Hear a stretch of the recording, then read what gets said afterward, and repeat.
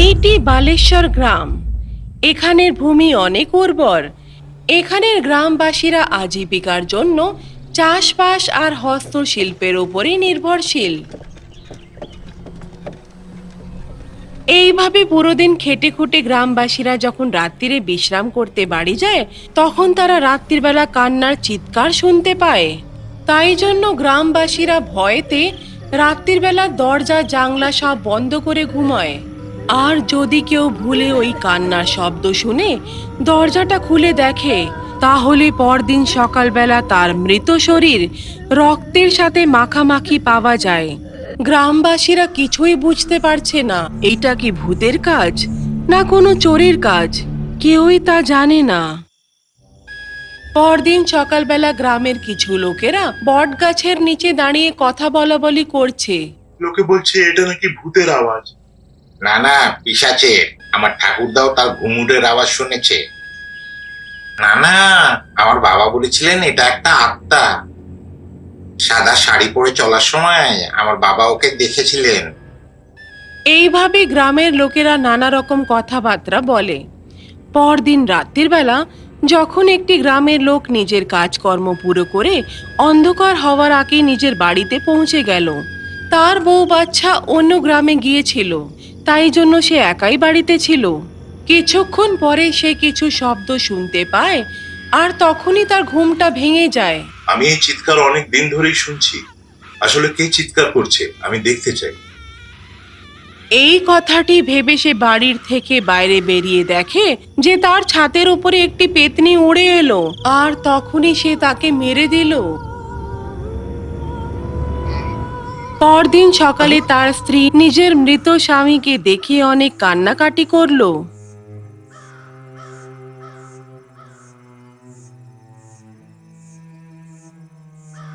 মা, কেঁদো না, ধৈর্য রাখো। সবাই শোনো, আজ থেকে কারো কান্নার আওয়াজ বা ঘুঙুরের আওয়াজ যদি কেউ শোনে, তবুও যেন ঘর থেকে কেউ না বেরোয়। সবাই রত্নাকরের কথা শুনে সেখান থেকে চলে যায়। রত্নাকর, রত্নাকর, কি মা? একটু জল দিবি বাবা, বড্ড পিপাসা পাচ্ছে। ঠিক আছে মা, নিয়ে আসছি। রত্নাকর মায়ের জন্য জল নিতে যায়। সে এক গ্লাস জল নিয়ে এসে বেডরুমে দেখে যে তার মা তো সেখানে নেই। রত্নাকর নিজের মাকে পুরো বাড়িতে খুঁজে বেড়ায়, কিন্তু এ কি, বাড়ির আগের আর পিছনের দরজা দুটোই যে বন্ধ ছিল। মা, মা।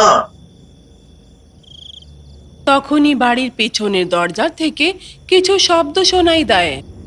রত্নাকর তক্ষুনি পিছনের দরজাটা গিয়ে খোলে, কিন্তু সেখানে তো কেউই ছিল না। রত্নাকর, রত্নাকর, মা, তুমি কোথায়? রত্নাকর, হায় রত্নাকর। মা, তুমি কোথায়? অনেক মন দিয়ে শোনার পরে রত্নাকর বুঝতে পারলো যে এই শব্দগুলো পিছনের পাতকুয়ার থেকে আসছিল। সে তক্ষুনি বেরিয়ে দেখে যে ওখানে একটা এলো চুলে সাদা শাড়ি পরে বউ বসেছিল, আর সে বসে বসে কাঁদছিল। আর এইভাবে রত্নাকর ভয় পেয়ে পেয়ে পাতকুয়ার দিকে এগিয়ে যাচ্ছিল। তক্ষুনি কাঁদার শব্দটি বন্ধ হয়ে গিয়ে সেই স্ত্রীটি সেখান থেকে লুপ্ত হয়ে যায়। রত্নাকর এগিয়ে দেখে যে পাতকুয়ার ভেতরে তার মায়ের মৃত শরীর ভাসছিল। সকাল হয়ে গিয়েছিল। গ্রামবাসীরা রত্নাকরের বাড়ির বাইরে জড়ো হয়ে গিয়েছিল। তারা রত্নাকরকে সান্ত্বনা দিচ্ছিল। রত্নাকর নিজের কান্না কিছুতেই থামাতে পারছিল না। আমি কি ভুল করলাম? আমি আমার মাকে হারিয়ে ফেললাম। মাকে যে মেরেছে, আমি ওই ভূতটাকে ছাড়বো না, আমি ওর শেষ দেখবো। দেবী, দেবী, সবাই দেবীকে শক্ত করে ধরো। গ্রামবাসীরা দেবীকে এসে ভালো করে ধরে। দেবীর এই অবস্থা দেখে গ্রামবাসীরা ভয় পেয়ে ওখান থেকে সরে যায়। কি বললি? তুই আমাকে শেষ করে দিবি? হ্যাঁ, আজকে আমি তোকে ছাড়বো না।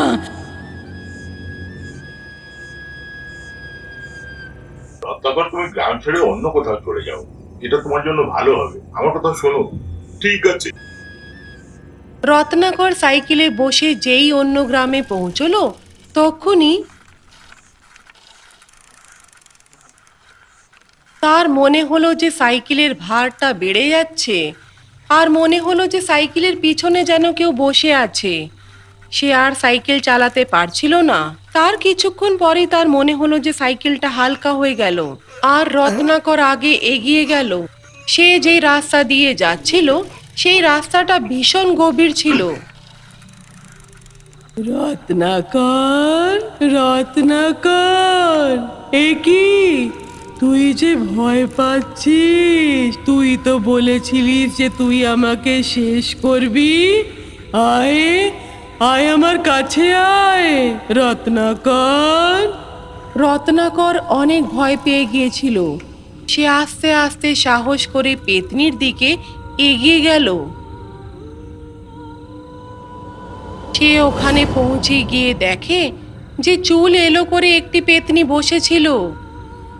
তখন সে আস্তে আস্তে তার কাছে গিয়ে যেই তার চুলটা মুখ থেকে সরায়, এ কি? সে তার মুখটা দেখে চিৎকার করে সেখানেই নিজের প্রাণ হারিয়ে ফেলে। গ্রামের সবাই রত্নাকরের চিৎকার শুনে শীঘ্রই ওখানে এসে দাঁড়ায়, আর তারা রত্নাকরের মৃত শরীর দেখে অবাক হয়ে যায়। চলো আমরা সবাই মিলে গিয়ে জমিদারকে বলি। তখন সেই গ্রামবাসীরা ঠিক করে যে তারা সেই গ্রামের জমিদারের বাড়িতে যাবে, আর সেই গ্রামবাসীরা জমিদার যাদব সিং এর বাড়িতে গিয়ে পুরো বৃত্তান্তটা শোনায়। যাদব সিং, এটা শুনে খুবই দুঃখ হলো। আমি গত 2 মাস ধরে গ্রামে ছিলাম না, সেই জন্য আমি কিছুই জানতে পারলাম না। আপনারা ভয় পাবেন না, এই সমস্যার সমাধান আমরা খুঁজে বার করব। আপনারা যান। সেই রাত্রিতে যাদব সিং যেই ঘরে শুয়েছিল সেই ঘরে সে কিছু কান্নার শব্দ পেল। কান্নার শব্দ পেয়ে সে উঠে দেখে যে ঘরের কোণাতে একটি পেতনি বসেছিল। যাদব সিং তাকে দেখার জন্য বিছানার থেকে যেই নামলো, তখনই পেতনিটা অদৃশ্য হয়ে গেল। তুমি কে? তুমি কোথায় আছো? যাদব সিং পুরো বাড়িতে তাকে খুঁজে বেড়ায়, কিন্তু তাকে না পেয়ে সে আবার থেকে এসে ঘুমিয়ে পড়ে। যাদব সিং, যাদব সিং, যাদব সিং, যাদব সিং। যাদব সিং দেখলো যে আওয়াজটি ঘরের বাইরে থেকে আসছিল। সে উঠে যেই দরজার থেকে বাইরে বেরোলো, বাইরে দেখে যে একটি পেতনি বসে কাঁদছিল।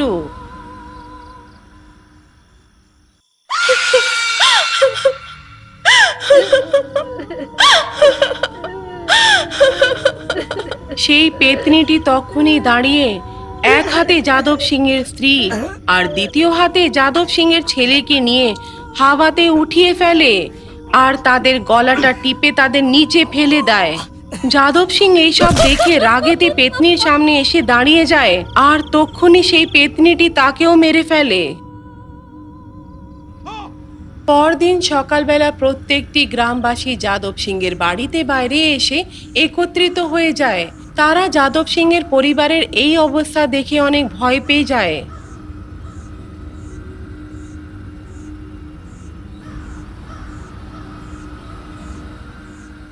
ঘাবড়াবেন না, কি হলো বলুন। হুজুর, যাদব সিং তার ছেলে আর বউকে ভূতটা মেরে ফেলেছে। আমাদের খুব ভয় লাগছে হুজুর। রোজই কেউ না কেউ মারা যাচ্ছে হুজুর। আমরা এই গ্রামে আর থাকতে পারবো না, চলে যাবো এখান থেকে। না, যেও না, কোনো ভয় নেই। আমি এই সমস্যার সমাধান খুঁজবো। দাঁড়াও, দাঁড়াও। জমিদার মশাইয়ের অনেক বারণ করার পরেও গ্রামবাসীরা তার একটাও কথা শুনে না, আর তারা গ্রাম ছেড়ে অন্য গ্রামে চলে যায়। এখন সেই গ্রামে শুধু জমিদারের পরিবারই থাকে।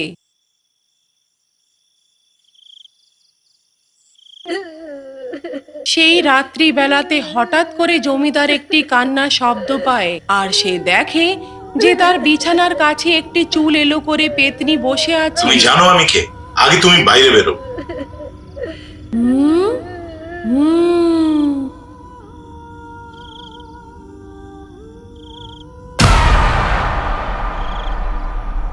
জমিদার অনেক ঘাবড়ে গিয়েছিল। সে পেতনিকে বাড়িতে না পেয়ে বাইরে গিয়ে দেখে, আর সে বাইরের দৃশ্য দেখে অবাক। তার স্ত্রী হাওয়াতে ঝুলতে ঝুলতে অট্টহাস করছিল। উনি দূর থেকে একটি গাড়ি আসছিল, আর সেই সময় সেই পেতনিটি হঠাৎ করে অদৃশ্য হয়ে গেল। সেই গাড়িটি জমিদারের বাড়ির সামনে এসে থামে, আর তার থেকে তার ছেলে বেরোয়। এত রাত্রে তুমি বাইরে কি করছো বাবা? মা কোথায়? মহেশ, তুমি এখন এসছো? চলো চলো, ভেতরে চলো। ছেলের শব্দ শুনে জমিদারের বউ ঘুম থেকে উঠে আসে, আর সে বলে, বাবা কখন এলি তুই? বাবা, তুমি এই সময় রাস্তায় কেন? আমি তো তোমায় বলিনি যে আমি আসছি। তখন জমিদার মশাই নিজের ছেলে মহেশকে পুরো বৃত্তান্ত শোনায়। এখন গ্রামে শুধু আমি, তুমি আর তোমার মা। আসলে কি হচ্ছে, কেন হচ্ছে বুঝতে পারছি না। বাবা, আমাকে এক্ষুনি ওই ঘটনাস্থলে নিয়ে চলুন।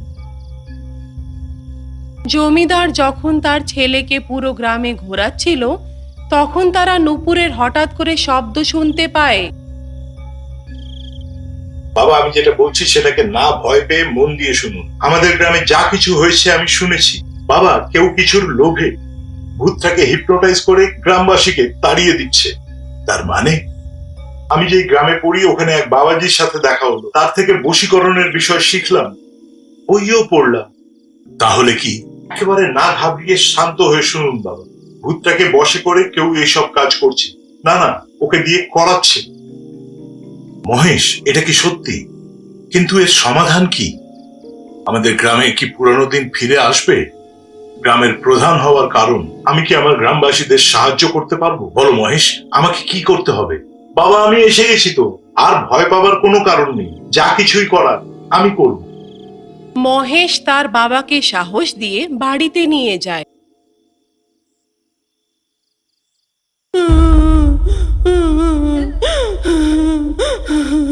মা, বাবা, ওঠো, আমার পেছনে আসো, তাড়াতাড়ি করো।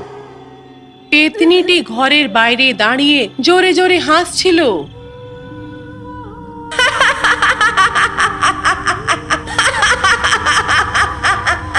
মহেশের কাছে একটা বক্স রাখা ছিল। সে তখনই ওই বক্সটাকে খুলে মেশিনটাকে অন করে। মেশিনটা অন হওয়ার সাথেই সেই তিনজনের চারিদিকে আলো ছড়িয়ে যায়, আর সেই আলোটা ছড়িয়ে গিয়ে তাদের জন্য একটি রক্ষা কবচ তৈরি হয়ে যায়। এই সব দেখে সেই পেতনিটি ভয় পেয়ে শিলার রূপ নিয়ে নেয়। সবাই এখন নিস্তব্ধ। মহেশ, এসব কি? বাবা, এই কান্তি কিরণের কারণে বশীকরণের ভূত আমাদের দেখতে পাবে না। ও যখন লাল কিরণ দেখেছে তখনই আমাদের বশে হয়ে গেছে। এবার যে কেউ এই কাজ করছে সে পুরো গ্রাম খালি ভেবে এক্ষুনি এখানে আসবে, তখনই এর কারণ আমরা জানতে পারব। পরদিন সকালবেলা বালেশ্বর গ্রামেতে একটি গাড়ি এসে দাঁড়ায়। সেই গাড়ির ভিতর থেকে একটা লোক নামে। সেই লোকটি গ্রামের ভিতরেই আসছিল, আর অন্যদিকে এইসব ঘটনা জমিদার আর তার ছেলে লুকিয়ে দেখছিল। মহেশ, এ প্রতাপ বেশ কিছু মাস আগে আমার কাছে এসে, জমিদার হুজুর, আপনার গ্রামের জমিতে অনেক দামি দামি খনিজ সম্পদ আছে, আমার সাথে হাত মেলান। আমরা দুজনেই গ্রামের সর্বনাশ করে সেই সম্পদা ভাগাভাগি করে নেব। মাফ করবেন প্রতাপজি, আমরা আমাদের দাদা ঠাকুরদার সময় থেকে কৃষির উপরে নির্ভর করে বেঁচে আছি। এই ভালো উর্বর জমি থেকে ভালো ফসল হয়। আমি তোমার সাথে হাত মিলিয়ে এমন জঘন্য কাজ করতে পারবো না। ঠিক আছে, আমি ফেরত গিয়ে আমার ব্যবসা শুরু করব। আসি তাহলে, নমস্কার।